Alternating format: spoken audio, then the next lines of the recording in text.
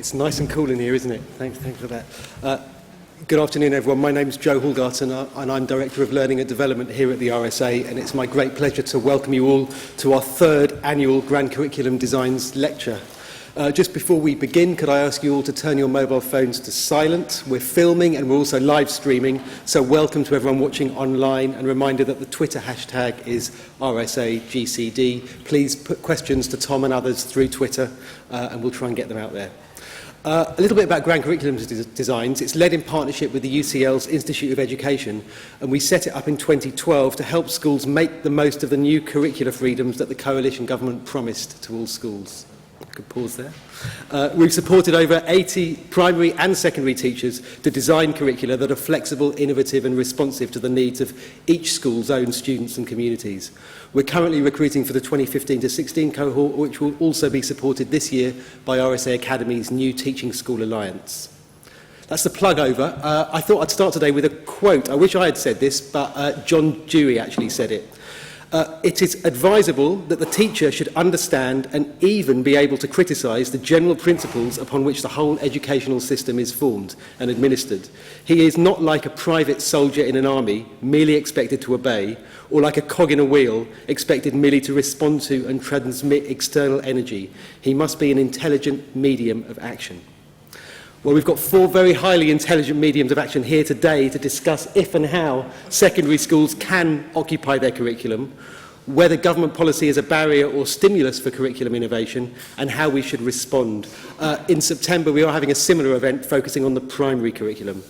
I'm delighted to welcome Tom Sherrington, who's head teacher of Highbury Grove School and also one of the founder members of the very influential Head Teachers Roundtable. He's going to discuss his school's approach and also the development of a new National Baccalaureate framework, which I think really could be a game changer for 14 to 19 education.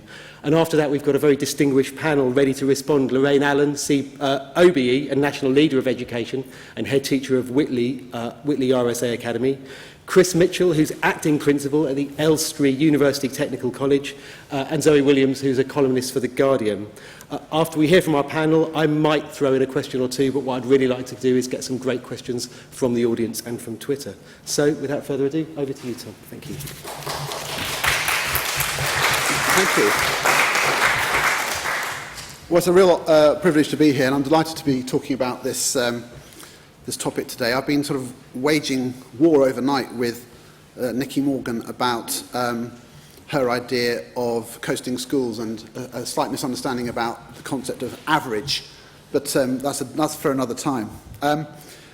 Here's a picture that I use in my school to show the students what they have and shouldn't take for granted, and it captures kind of a range of experiences that they have. And we're a strong music school. We have students that are getting A's and D's in the sixth form, simultaneously D meaning distinction for BTEC, alongside students getting A's at A-level. And that's part of the school, and various other features of the school are shown on there. Here's another slide which shows students doing different things. And in my school, we talk about trying to develop rounded individuals. It's a key theme. Lots of schools have that theme. So you have, my school has a bassoon department. I mean, that's quite exciting. But obviously science matters. And in the middle there, you've got a group who are equalities group called Paperclip, who we launched as a Stonewall champion school this year. All these things are part of what we think of as our curriculum. They're not just the subjects that we teach, which is what on this slide is. Sometimes people think the curriculum is this, the subjects, and how many periods you give to each one. Obviously that does matter, but it's not the only story. You can see in our thing down here, Key Stage 4, we do have compulsory languages and humanities, although we think humanities should include a lot more than just history or geography. But also for us, arts is a compulsory option, and that's the thing that we think is really important for our school. And you can see that we have 2 hours a week of music in my school. We think that's important. It's a decision that we've taken, taking advantage of the opportunities we've got in my school. We also think about how we teach as well. So the curriculum for us isn't just about the subjects, it's also how they're delivered. And this is a slide taken from some work we've been doing with Martin Robinson, who's sitting over there, using his ideas from the Trivium 21st century to influence our pedagogy, because curriculum has to be enacted, and every teacher has the power to enact the curriculum in a different way. That matters as well. we need to communicate the curriculum to parents. Parents are part of the community. We serve the community. We're not, they have a say, and we want to involve them. We've invented a system for communicating our curriculum in real detail to them through these assignment sheets, which we're bringing in next year. And we talk about cultural capital a lot. So we have various entitlements which we pay for free using our pupil premium funding, so that students get to go to Paris, they get to go to the battlefields in Ypres, and they get to go on an Outward Bound weekend for free as part of their entitlement. We think that's curriculum. This is an idea about teaching kids about historical facts. We think they should all know certain facts. And we're developing this for next year, where there will be 100 historical facts that every child in Highbury Grove should know about. And the arts are essential. So we have concerts where everyone in year 7, 8 and 9 plays simultaneously in an orchestral instrument, which is quite extraordinary. But in our school, arts matter. They're not extras. So, and also things like community service. This is a charity fundraising thing, a slide getting a sense of moral values, a sense of moral purpose. That's curriculum too. And this is a slide from outdoor education. We think that's important, that students should experience where experience the world in which they live, the country that they live, and things like British values don't just come in a lesson. You have to go and see your country and feel what it means to be part of Britain. So, when you're presented with this horribly lame idea of an EBAC from the schools minister, you can get quite angry about it, because it takes no account of all those things that I've just shown, which are what a real curriculum is. This idea that we have a national framework which defines a very narrow set of ideas about what learning must include, which has significance to the state where if my curriculum, if I have students taking the subjects on the right, my school would get good and Ofsted and not outstanding. Whereas if they take the subjects on the left, the school is deemed to be could be outstanding. I think that's utterly ludicrous. I don't think it could be defended in court if you took it to court to say, you prove to me that the child getting the education with the subjects on the right is less well educated. That can't be defendable, surely. Art, sociology, music are not fundamentally less rigorous or more definition of a more complete person than geography, computer science and resistant materials. It's a nonsense. And yet this is the situation we're in now, where a government minister is able to impose that on schools. I think it's anti-democratic. I fundamentally think it's wrong. And it's not about social justice, it's about politics, fundamentally. So I think we need to challenge this. I think as schools we need to rise up and say, no, you can't do that. We won't accept it. And I'm part of a group of head teachers where we feel we are empowered to challenge, and I think we all need to get behind it. Who has the right to say that one curriculum matters more than the other to that level of detail? I don't think it should be the Secretary of State. I think it should be about communities of people around a school who have to be held to account by the people who they serve, and sure enough by the inspectorate if necessary, but not at that level of detail. I think that's a nonsense. Now, a couple of years ago, before the EBAC, when the EBAC was invented with Michael Gove, a group of us were so annoyed about this idea. I was particularly upset that the baccalaureate word had been robbed, because I had previously been working in an IB school, International Baccalaureate School, and I always thought that if we had that in the UK, how great that would be. A baccalaureate, a proper baccalaureate system, like the IB, but for England. Wouldn't that be great? And along came Michael Gove and invented English baccalaureate certificates, which luckily were abandoned, but the EBAC remained. So I sat down at my desk at the school I was in at the time, and I wrote down what I would like to be a baccalaureate, and I put it on my blog. And then through the Heads Round Table, we gathered a few people together, and we thought, well, what would we want it to be? Why don't we actually just say, what do we want, rather than always being in opposition? And I always think that's important to have a better idea. If you're going to challenge an idea, you need to be saying, do this instead. I think it's important to campaign for things, not just campaign against them.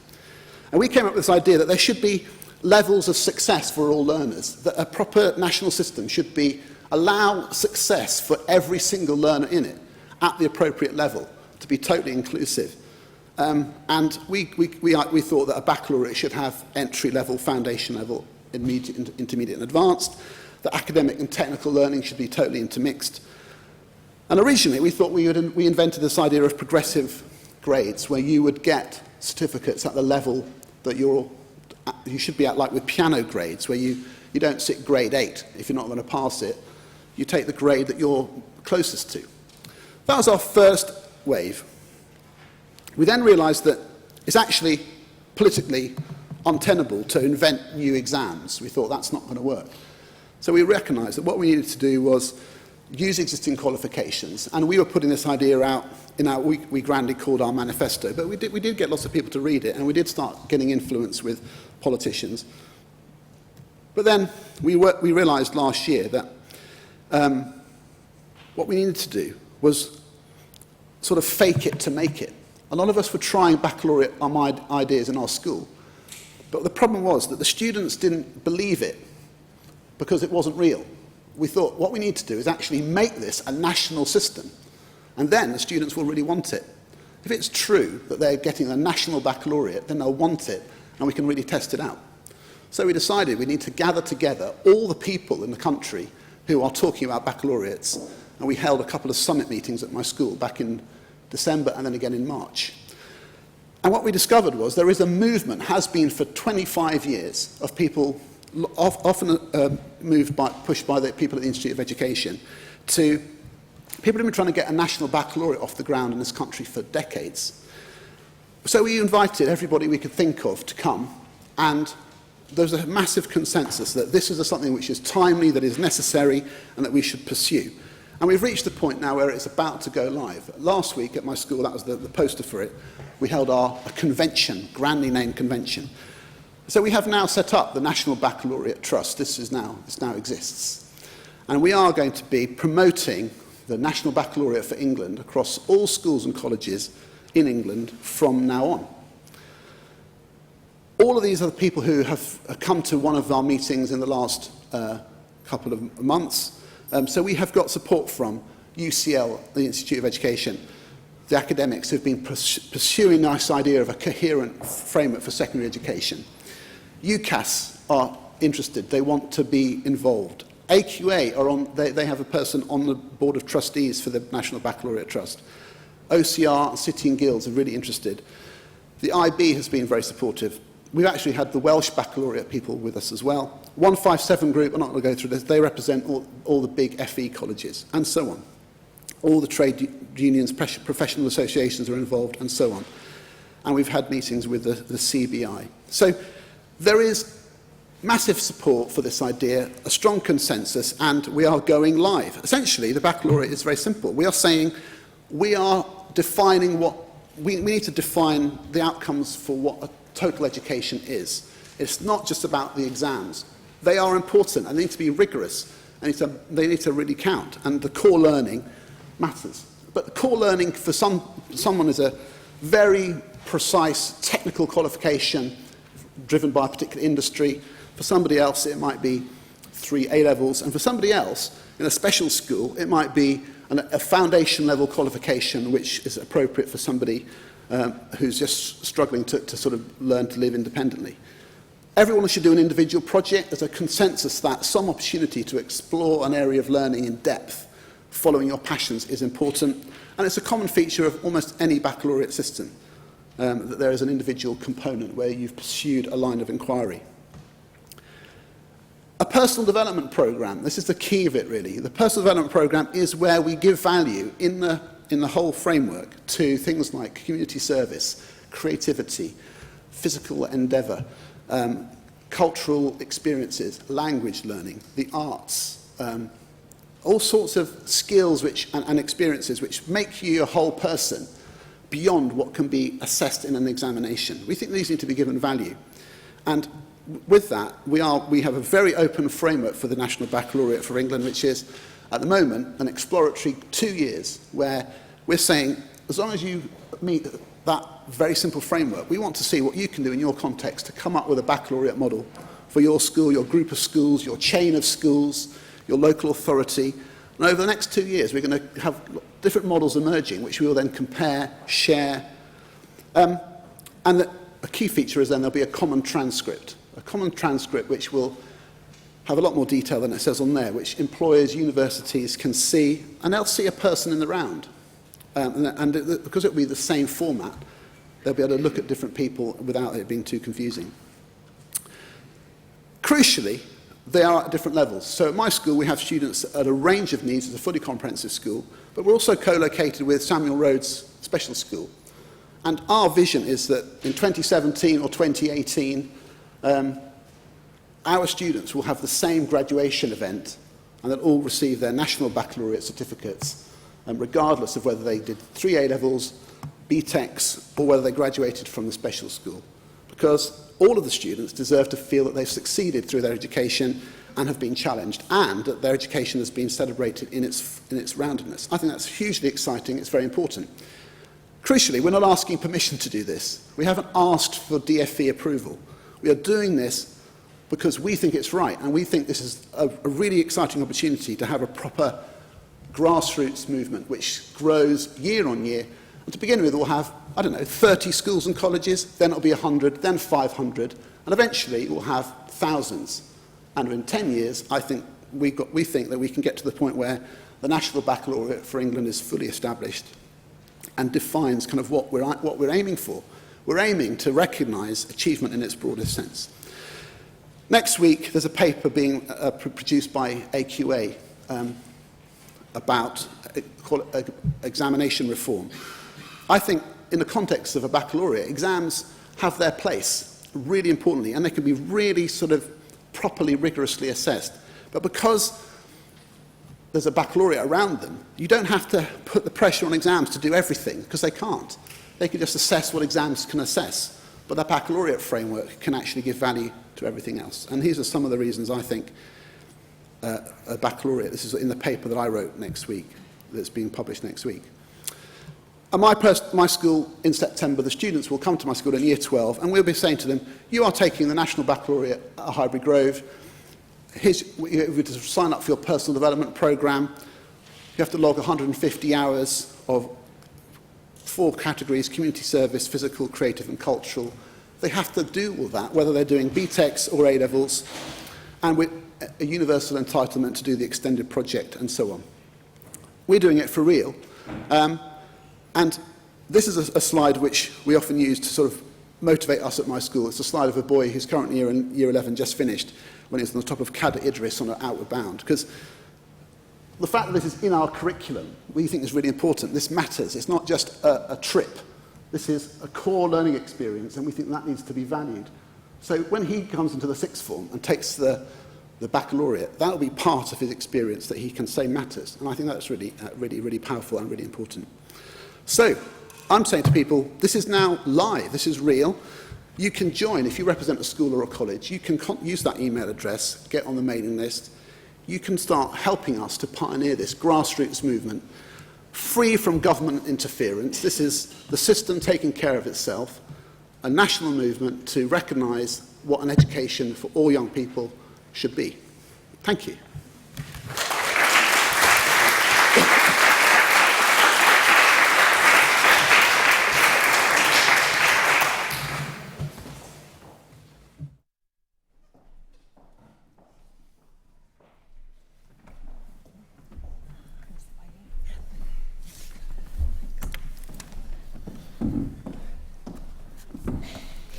Thanks very much, Tom. I should say RSA is also totally behind the back, and we'd love to find ways for our fellows to support in different ways, whether you're working in schools, whether you're employers, or whether you're working in different ways with young people. I think there's ways to mobilise you, so let's try and do that. Let's have some responses now. Let's start with Lorraine. Okay, thank you. Hello. Mine's not prepared because I'm meant to respond to Tom, but also I will give you a very quick view of my I suppose, issues about impact of government policy.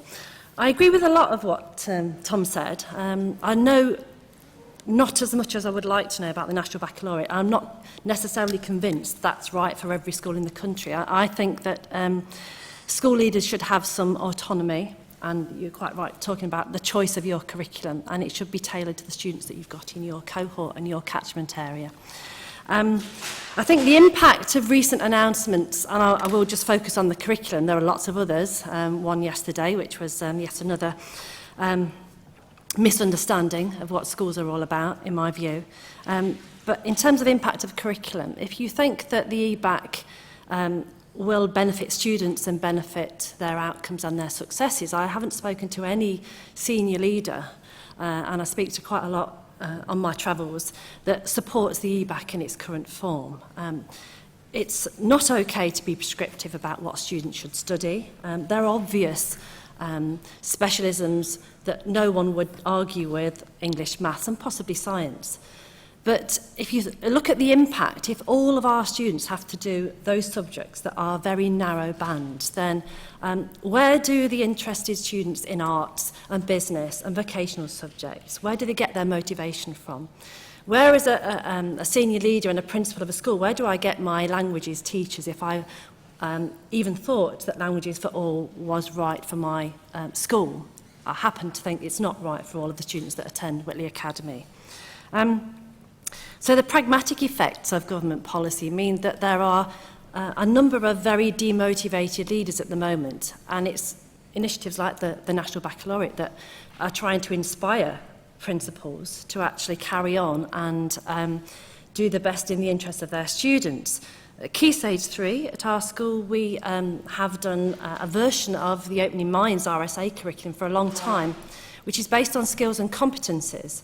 There's very little content that we prescribe in Year 7 that is essential, because I know and my staff know that whatever content they learn in Year 7 will not be in the back of the minds by the time they get to GCSEs in Year 11. You do it again, and you do it more in depth, and you have a greater breadth. It's more important, in my view, to train students to actually know how to learn, to be articulate, to be confident, to have self-esteem, to relate to other people. It's no good turning out students with an archaic script of subjects at the end of Year 11 who can't communicate effectively in the workplace or build relationships with partners.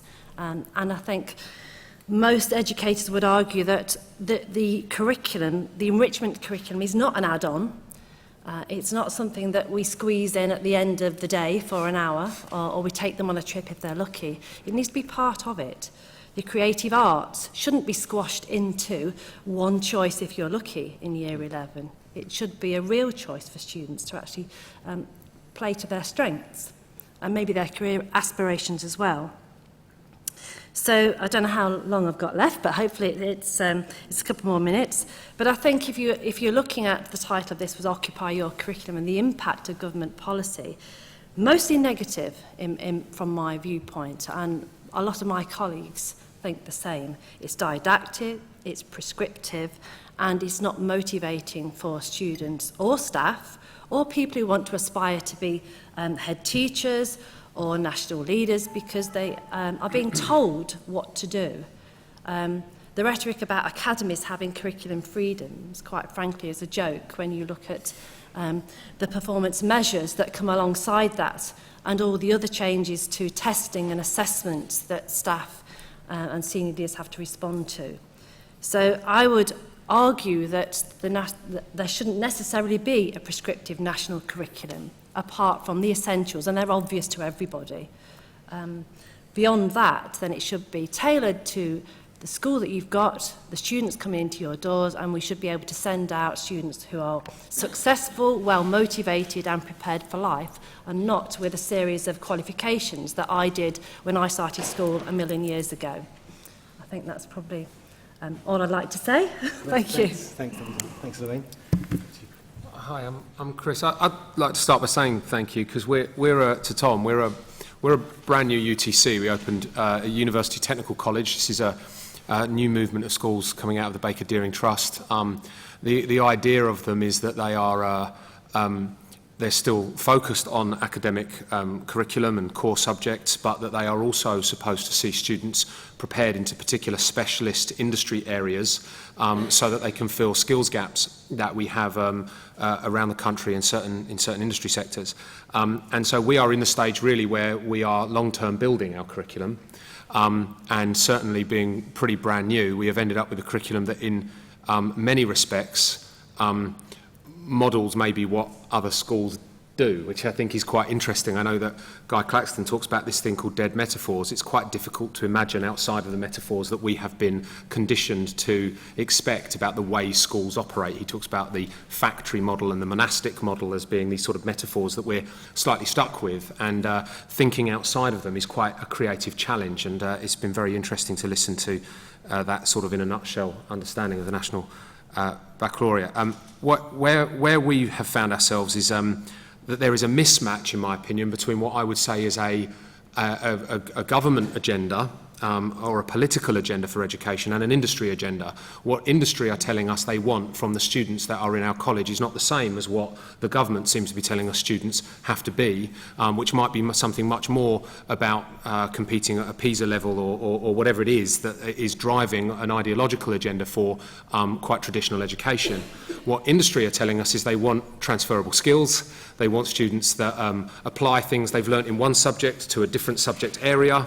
And so the whole compartmentalised approach to teaching in subjects is problematic to me, and trying to get outside of that box and think about how we deliver curriculum in a way where actually our humanities can be taught through filmmaking or through, our specialism, by the way, is that we are partnered with Elstree Studios and the University of Hertfordshire, and our specialism is in sort of multimedia, performance and entertainment industries, where there is an enormous skills gap, and where we're bringing, we're either taking our incredibly valuable cultural industry abroad, or we're having to find the skill sets from abroad to fill for the filmmaking and television production that we do in this country. So we are listening very much to our partners and trying to think of really powerful ways that multimedia literacies and the ways in which we teach things like English and maths and science can have direct relevancy to the area that industry are saying they want us to help develop these cultural thinkers and creatives. And I certainly would say that it is very, very, very challenging to do that when the judgments and the performance indicators and all those things that you've referred to don't necessarily take into account of those lovely pictures we saw of what real learning actually looks like, when often the task isn't the learning, it's actually the relationship that the learner has with the task that they're doing is the really wonderful learning. So one of the things we've done is we've been lucky enough, and she's come if anyone afterwards wants to pick her brains, but we've appointed a director for projects so that we have someone who has a team whose job it is to work in partnerships. We're very lucky to have some very meaningful partnerships, not just with Elstree Studios, but with Mobos, Kodak, BBC Elstree, where we're developing industry partnerships where students are making productions that are meeting that sort of high benchmark of industry standard. The challenge for us is how at the same time as them doing that, we bottle the relevancy of that ticks the box of the political curriculum that we also need to meet. And that's real, because the results students get in certain exams are passports to college opportunities and university opportunities and so forth. So we're having to do both, and I'm very interested by some of the ways in which I think that's similar to what some of the thinking behind the National Baccalaureate is trying to do is to do both. We're trying to make meaning makers. We're trying to make people who think creatively and produce things to a very, very high standard. And I agree entirely, the absolute basic core competencies of that are plain to see for everybody. And obviously we need students who are capable, numerate, literate. All of those things are a given, but I think it is restrictive at the moment to tell us that we would never be able to be an outstanding college, no matter how many incredibly capable young people we develop or help to develop into going into these industry areas with which we're partnered, to then not be able to qualify as an outstanding college, and the impact that has on admissions and the way Joe Public might perceive the school and all of those things, and the judgments that people make, that seems inhibiting to what we're trying to achieve as a new movement, if you like, of creative college. I think that is the things I wrote down. Loved what you said about making it real, by the way, and I think that because students are choosing to leave conventional education in year 9 to come to us for a 14 to 19 curriculum, very often the feedback we get from students about why they're wanting to make that move is because it's realer to them, and the mainstream experience they've had of education doesn't feel real or relevant. And I know there is a bit of a Radio 4 attitude sometimes towards media studies. And I know that media arts doesn't get the greatest press always, but I think at the same time there is something deeply profound to say about the world in which young people live and what feels real to them and what they want to study, and how we need to help them become literate in reading Channel 4 as well as Dickens or whatever the text is. And that piece about reality and where students, what they want to engage in, that's got to be the key in to standing on the mountaintop with their arms aloft. That's how we get them there. Thanks. Thanks. Yeah, I think in 50 years' time we'll laugh about the fact we laughed about media studies. I think that will change. Thanks. Over to you, Zoe. I hope so. So I've been thinking a lot about why the government agenda looks so different, not just to industry's agenda, but to educationalists' agenda. I mean, it really does look like they put it together in order to annoy teachers a lot of the time. And why the EBAC and the National Baccalaureate look so different, and why it's so important to Nicky Morgan, for instance, not to recognise standing on top of a mountain, and not to recognise sociology, and not to recognise creativity and space, and being able to fail in one subject and excel in another, being able to have a spiky profile, being able to be a human being rather than somebody from one of those mythical East Asian places where they all do really well in everything. And I think the three principles are where the government agenda is kind of working against an educationalist agenda. Firstly, can you count it? Things that are difficult to count they don't like. Now, I know the unions and I know some academics see in this an explicit privatisation agenda. We have to start counting it, because otherwise how do you sell it? How do you sell it to the public, and how do you sell it when the time comes to the private sector? Now, I kind of think that's a wrong tack in a way, because it's quite easy to deny privatisation agenda if you don't have one. So the Education Secretary could perfectly well stand up and say, I have no intention of privatising schools, and then it takes the wind out of everybody's sails, and they say, oh, okay then. Well, I still don't like all this counting. I think you can actually argue it on its own terms, that the kind of rather slavish concentration on subjects that are very easy to assess, or are assessed in a way that has been established over time, is damaging to education. And that is a real kind of pressure point, because people understand that. Everybody people think of the kind of voting public as wanting to see results and wanting to see measurements and wanting to see demonstrable improvement over time. But the voting public is also an aggregation of people who understand that not everything they did that was worthwhile could have been counted. And that I think the National Baccalaureate stuff is brilliant at kind of articulating for people all the valuable things that they want for their children that you wouldn't be able to count. The second kind of point of difference, I think, is the kind of the Education Secretary on one hand wanting things to be very inflexible, and the education sector wanting things to be much more flexible. And I think there are two main kind of drivers here. Even though the rhetoric is kind of take control of your own curriculum, all our kind of, we want teachers to be able to have an impact. We don't want to rule it centrally. In fact, the mechanisms are all towards centralisation. The mechanisms of Ofsted are all towards a kind of centralised measurement, and as soon as you're measuring centrally, then all the power is central. And there's very little flexibility for teachers, really. I mean, a teacher described this to me recently, that with the Labour government, at least they had a huge number of targets and rules and measures, but at least they were open about what they were. So you did end up teaching to the test, but at least you knew what the test was. Whereas now, you have very, very weak transparency. You actually don't know what your measurements are. You often don't know why you've been downgraded. Sometimes it is obvious, because sociology, as we all know, is a joke subject. No, that's a joke. Right. I love sociology. It's like intelligent journalism. Sorry, where was I? So, but now they don't. Now, what the government's done with a kind of flexibility agenda is actually accrue more power to itself, because teachers don't even have the rigidity of knowing what they've done wrong when they do it wrong. All they know is that they've done something wrong. So the kind of flexibility, the kind of inflexible Department of Education agenda, dampens down the participation of professionals, which is again part of the rhetoric about kind of coasting schools and failing schools, and teachers being at root quite lazy people who need business people to come in and tell them what's what. And that, I think, is a kind of very old-fashioned, anti-union thing, as far as I can make out. But within kind of flexibility, is there room for failure? Is there room for children to be bad at some things? And there's no room in kind of government rhetoric for children to not excel at their narrow targets.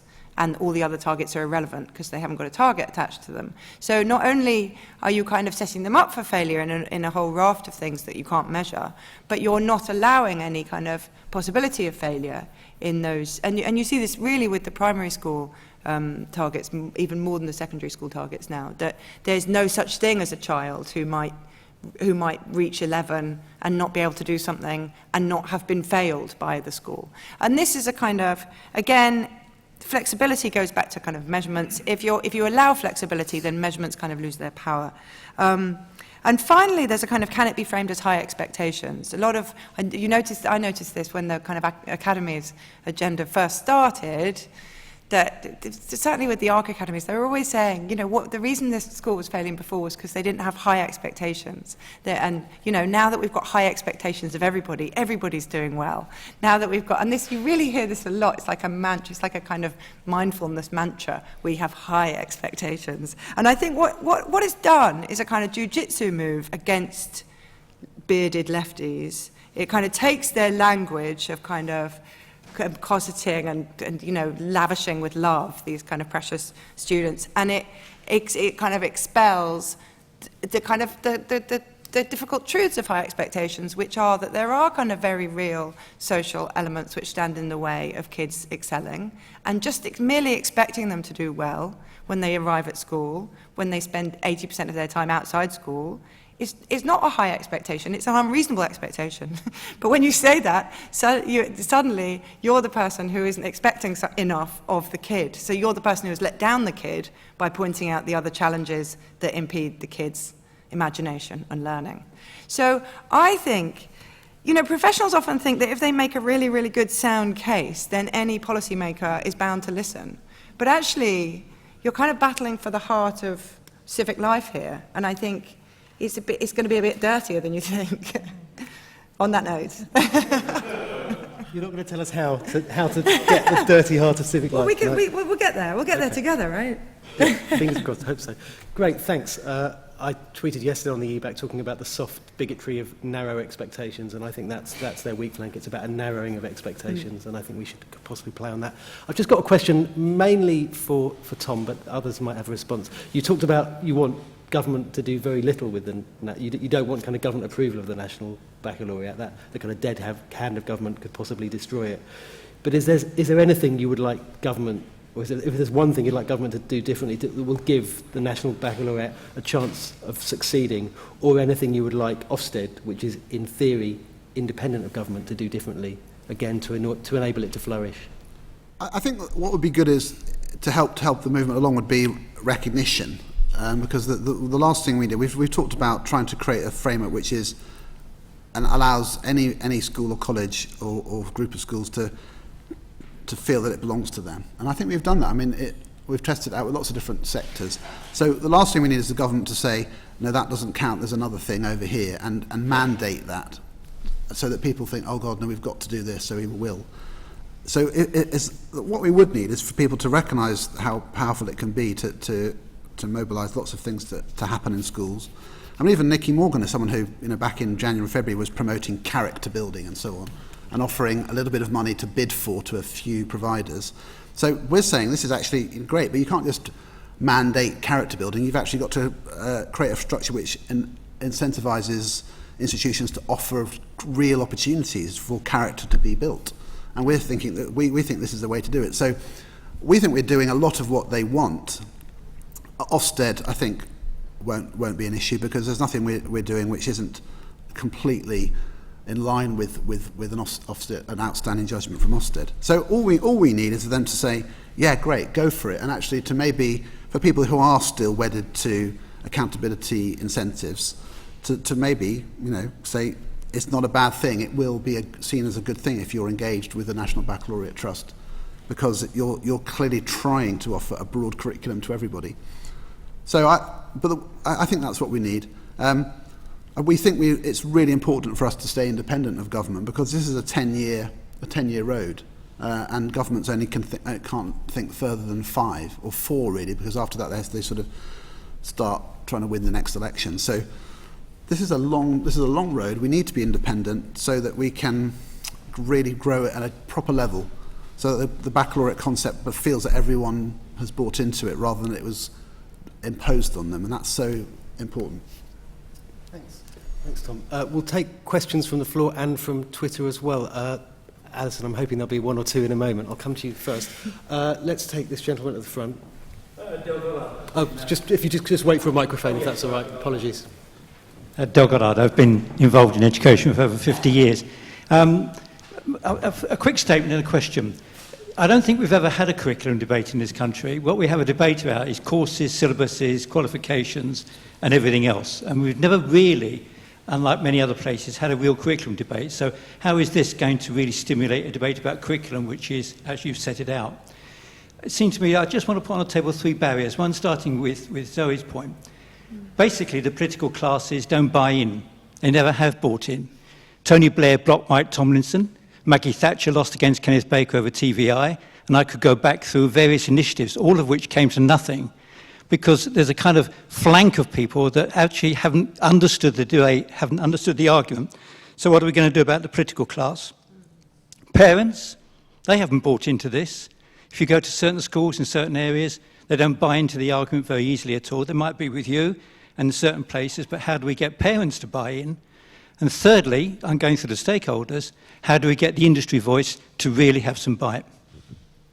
Fantastic. Any responses to any of that? You'd have to answer all of it because there was so much in there from any of you. Well, I think in terms of the stakeholders, when John Cridland from the CBI talks about what he thinks industry needs and moving away from 16 and looking at 18 as a kind of that's exactly what we're trying to do. I think what parents want is for their children to be well educated and to have the passports to success in the future.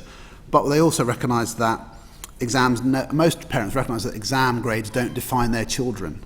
And I think a system which gives value to that roundedness, I think is really powerful.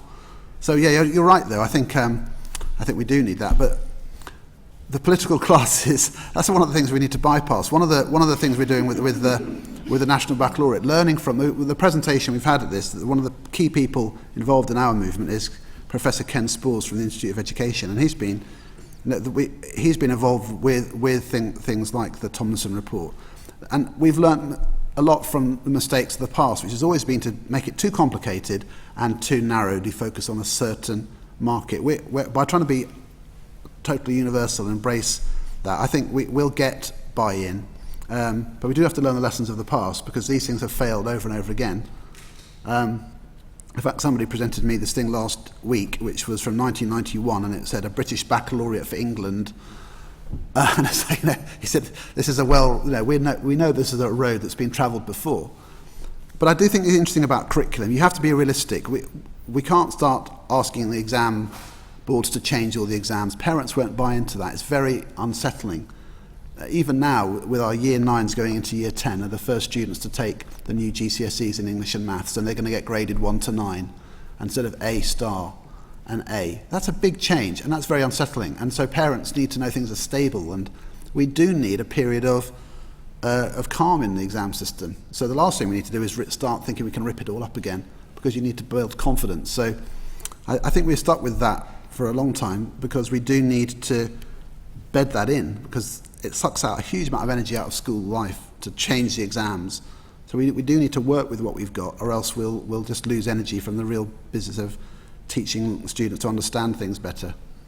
Thanks. Any other responses? It's one really short response, which is that the kids are also stakeholders, right? And I think that's really influential. I think if you could actually empower the kids in your own school to say, I am actually more than a set of exam results, then they would swing their own parents around.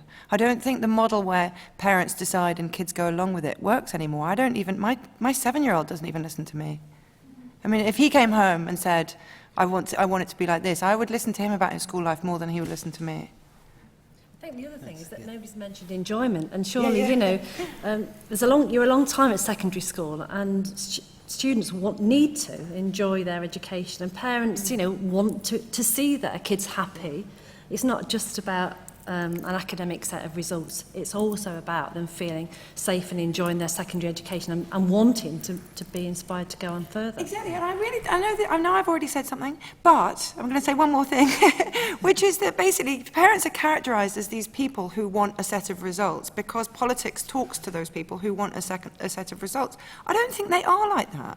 I don't meet parents like that. So I think we're kind of being fed a line about what people's priorities are that isn't really evidenced. And I would one anecdote was that we asked industry, or the industry related and partnered to us, what subjects would you like students to study? Their honest answer is, don't care. What results do you want students to study? I want them to have a show reel.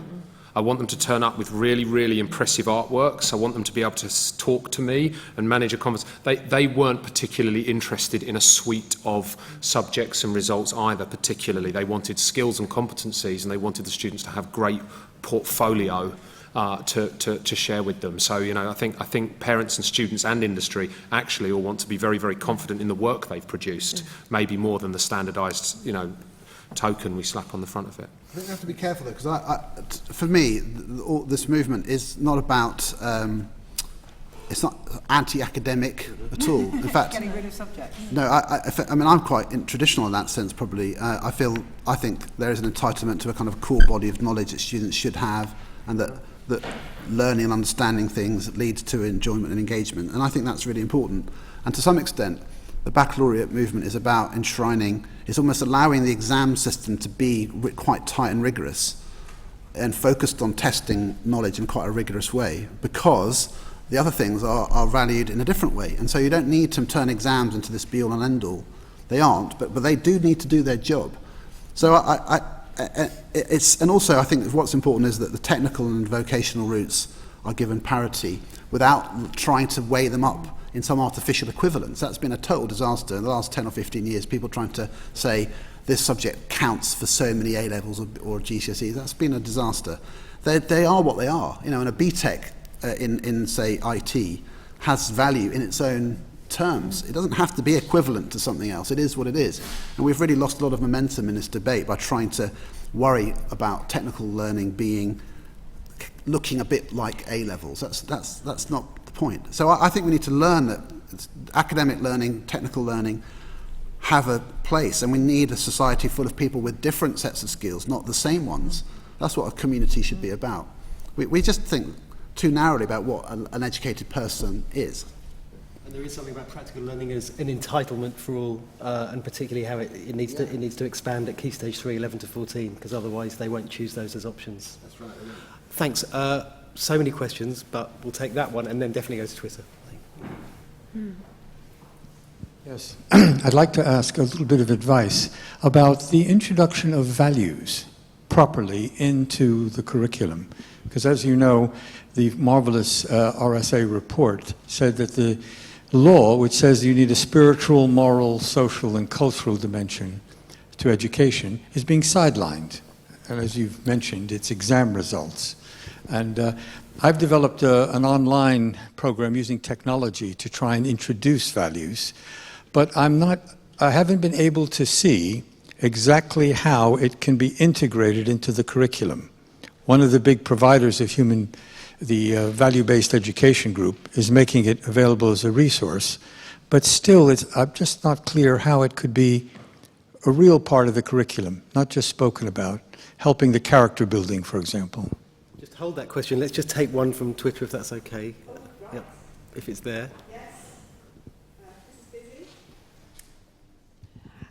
So how far should a curriculum be, how far should the curriculum be outcomes driven or for its own sake as an end in itself? Great. Okay, respond to one or both of those questions. Anybody like to start? I will. Go on, Lorraine. The values question, I think that good schools always instill what most people would think as good values, whether it's under the headings of social, moral, spiritual, cultural. I mean, that's still in the Ofsted framework as a sort of something to tick off. But I think if you are a good or an excellent school, then that's part of what you deliver through the curriculum. It doesn't have to be, it's not separate.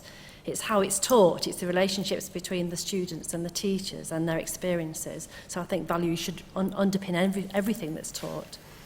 And the second bit was about outcomes. And I think the curriculum should be a fantastic experience for all students who get success at the end of it. It's not about necessarily your piece of paper. That's important, obviously, it's your passport. But it's also about what you do during that process and how you feel along that journey. We can all cite students who get to the end of 18, if you like, and come out with very good qualifications. They actually go to university and cannot be successful because they aren't equipped well enough with the experiences that life will throw at them. And if you don't do that as part of your curriculum, then I don't think you're doing your job as an educator or as a good school. If I can attempt to link the two questions, if that might be a bit too ambitious, but I wonder if the outcome that we're going for is the person and the community, the people that come out, as opposed to the standardised product that we assess.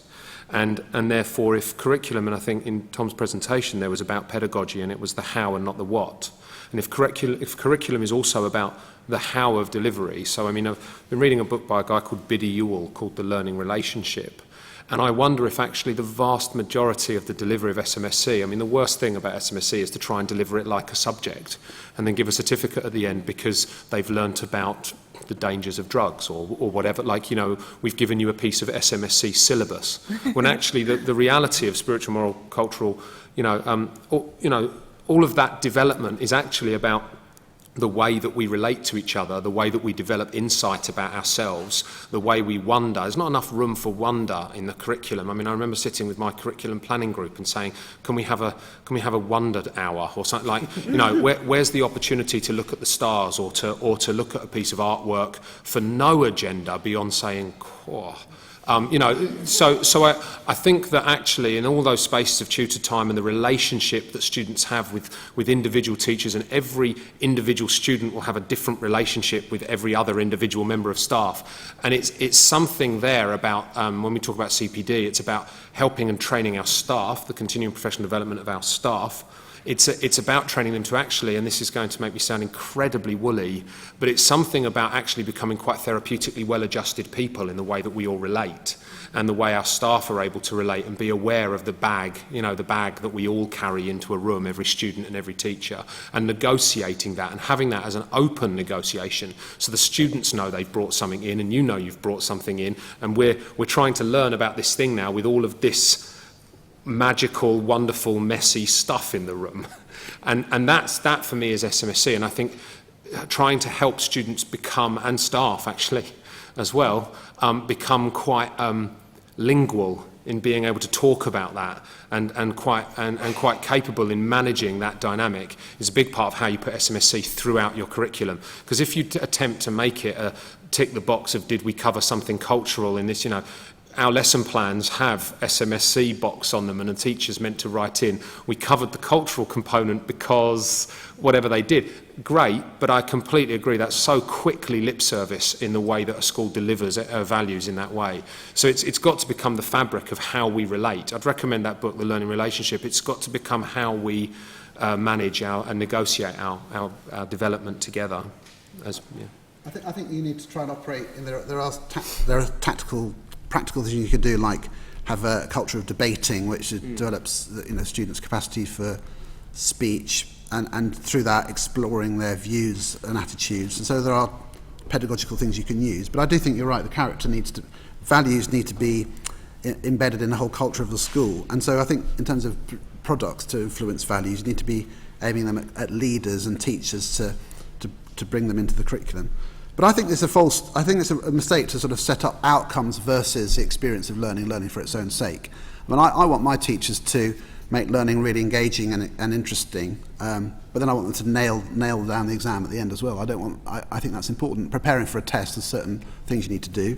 And, when it comes towards the exam, you've got to be saying, no, come on, guys, let's practice these questions and make sure you know what to do, because exams matter and you need to get ready. But that doesn't mean you don't get your hands dirty. and enjoy the learning all the way through. And my son last week, he's doing an experiment at home with a pendulum that he has to present at a science symposium. He's in year 8 at his school next week. They've all got to do an experiment and explain it. I think that's fantastic. And he's worked out this way of adding batteries to a bottle to vary the mass of the pendulum. It's genius.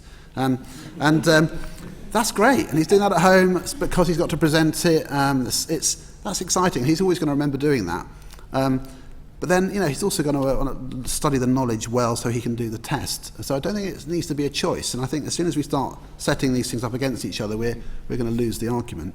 I also think the personal development element of the back is a really important canvas or basket for this. And when I talked to heads about this, they talked about enabling the stuff that happens. Stuff happens to kids, stuff happens to teenagers, enabling that stuff that happens to be recognised. If you're caring for a sibling, if you have a long-term health condition, those things needs to be recognised within your personal development as well, as things you've dealt with and are coping with, and they should be celebrated as well. Gate, we've got time for 2 more tweetable questions, please. That's short. One here and one there. Thank you. Hi, Scott Keyser. I'm a communications consultant, and one of the things that I do is I have for many years have trained thousands of business people around the world in writing skills, and the techniques I've identified are transferable to anybody, including young people. I'm writing a book about that as well. Chris said something, you said something, Chris, about the mismatch. No, you said, don't worry, about the mismatch between government expectations and industry skills. And I can tell you without a shadow of a doubt that one of the areas that business people and industry people are always saying to me we're lacking in is communication, but particularly written communication. And there was a slide that Tom put up where you mentioned the trivium and rhetoric equals communication. And I hope I'm not sort of hijacking it with too narrow a focus, but obviously my interest is in written skill, the ability to write well. I'm interested to get the panel's views on where you see writing, the ability to write well and persuasively and with confidence, because that's a huge thing that's missing, the ability to do that, where does that sit in the curriculum of the future? A question about writing and communication, and one last question from the gentleman there. Michael. Thank you. My name is Keith Stubbs and I work as an independent arts education consultant. First of all, can I thank Tom for an incredibly inspirational presentation. It was worth coming all this way to London today just to hear that. But I have a real concern about the significant number of schools that buckle out of offering a wide, balanced curriculum, especially one including a significant and important element of music and the arts. And it seems to me that it takes an incredibly brave school leader, if not governing body as well, to accept the sort of precedent that you've given us this afternoon. And I just wonder whether any of the panel have any thoughts about how to overcome that. The argument that when Ofsted visit, they're just not interested in some of these subjects is just not good enough. And there are too many secondary schools, academies, etc., who are not offering those subjects in a real way to their students and denying them that quality experience in life. Thank you. Any final responses to that or anything else you've heard? Can anybody tell me about Instead? Have you heard of Instead? Yeah, people doing Ofsteds to each other, basically. And does that work? Does that kind of boost morale? And I think so. I think peer review and other ways of measuring your success is key, and I think that's where you need a good, strong governing body. You need as a community to support a school so that it does what it does, and you value it, and you celebrate the successes, and you celebrate what people think of it. It's hard to say to a school leader who has been bitten by Ofsted or that they should do this or that, because it has definite real impact on them, and I sympathise with that, and I've never had that experience. So I feel I'm slightly maybe naive, but I feel haven't had that, so it doesn't affect my thinking. But I do think as a movement, and so for example, Heads Round Table and various other groups, I think the professional associations for head teachers need to do this more strongly. The arts will suffer. I don't think there's any question about it. because they are not given the value. And I think we need to I think we need to fight the EBAC. A meeting I'm having on Wednesday, the Heads Round Table, it's one of our top agenda items. We think we can bring it down. We think if we fight against it, we keep exposing the arguments, we think we can stop this whole focus on the narrow EBAC. I don't think it's going to last too long. I think its credibility is paper thin, and I think we will win. I'm quite optimistic about that. We just need to keep the message going. And we need to keep strengthening the message about the arts being rigorous. There's this odd sort of narrative about arts being soft, and they just aren't. It's a bad argument, and we need to expose that relentlessly. In terms of writing, writing to persuade is part of the GCSE English language, and it's something which students do quite a lot of in schools. And I had a meeting last week with primary schools. In the primary curriculum in England, the expectations of writing have been really pushed down to much higher standards, lower down. It's amazing, actually. And the exemplars for what's expected in terms of writing in year 4, year 5 and year 6 are incredibly demanding. So I think that the agenda is quite positive around writing, actually. And we were looking at some exemplars for what's expected in year 6 coming in a year's time. We were thinking, whoa, amazing. If kids can write like that by the time they come to secondary school, that's amazing. What are we going to do? So I do think there's an agenda there which is positive around writing, because I do think it's one of the things which is seen as absolutely central already, and that's a good thing. Just as well on writing, I wanted to just mention that, first of all, I think the arts are best when they suffer. That's when you often get the best. That's when you often get the best art, and I think that limitation, true creativity does absolutely brilliantly. I think when you impose limitation on it, because it becomes about expressing that. Now, all I want to say about that is it's to do with the way in. So I've just done the Grand Curriculum Designs course thing with the RSA and UCL, and we talk about global, national and local curriculum on that. That's what they introduced me to as an idea. And the local curriculum bit is, what are the students bringing to you? Your curriculum's got to meet them with what they're bringing. Now, recently I read a brilliant autobiography of Ayn Rand and came to a fantastic understanding of the 2008 global crash, and the book was graphic journalism, and it was a graphic novel. And I think that there is an awful lot to be said about the way in which we've got to find the ways in, because the first thing that makes you a great writer or a great communicator is, what do you want to say and to who? What's the audience, and what is the thing that you want to say? Otherwise you're a great technician, you're not a great writer. Same with filmmaking. You make a great camera operator, but you won't be a filmmaker. You've got to have substance and cultural competence and capital to know what you want to say. So I think we've got to find a way of switching on the young people into an area of interest through a way in that is local to our cohorts. And so that's where I do have a concern about national curriculum being for everybody, because actually your cohorts are different. Find your way in for that cohort, what's their interest area, switch that into what do you want to say and to who, and then the buzz. Then, of course, you've got to write, and then it's just accuracy. Know your commas. Thank you. No problem. I will do. Lorraine, any final thoughts? I think that leaders have to be brave about the arts, and I think good leaders will be. And I think I agree with Tom that the EBAC, won't be around for very long. Thank you. I've read that book, is all I was going to say. The Daryl Cunningham. It's absolutely brilliant. Yeah, everybody read it. It's called Super Crash, and it's by Daryl Cunningham, and it's really, really good. On that bombshell. Great, thank you.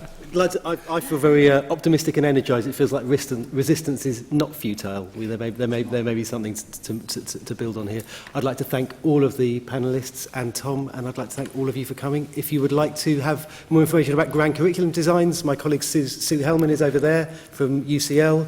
If you want to talk about our academies, Alison's over here. If you want to talk about anything else we're doing around education, I will be here in this lovely air-conditioned room for a little bit longer. So thank all of you and thank the panellists. Thank you.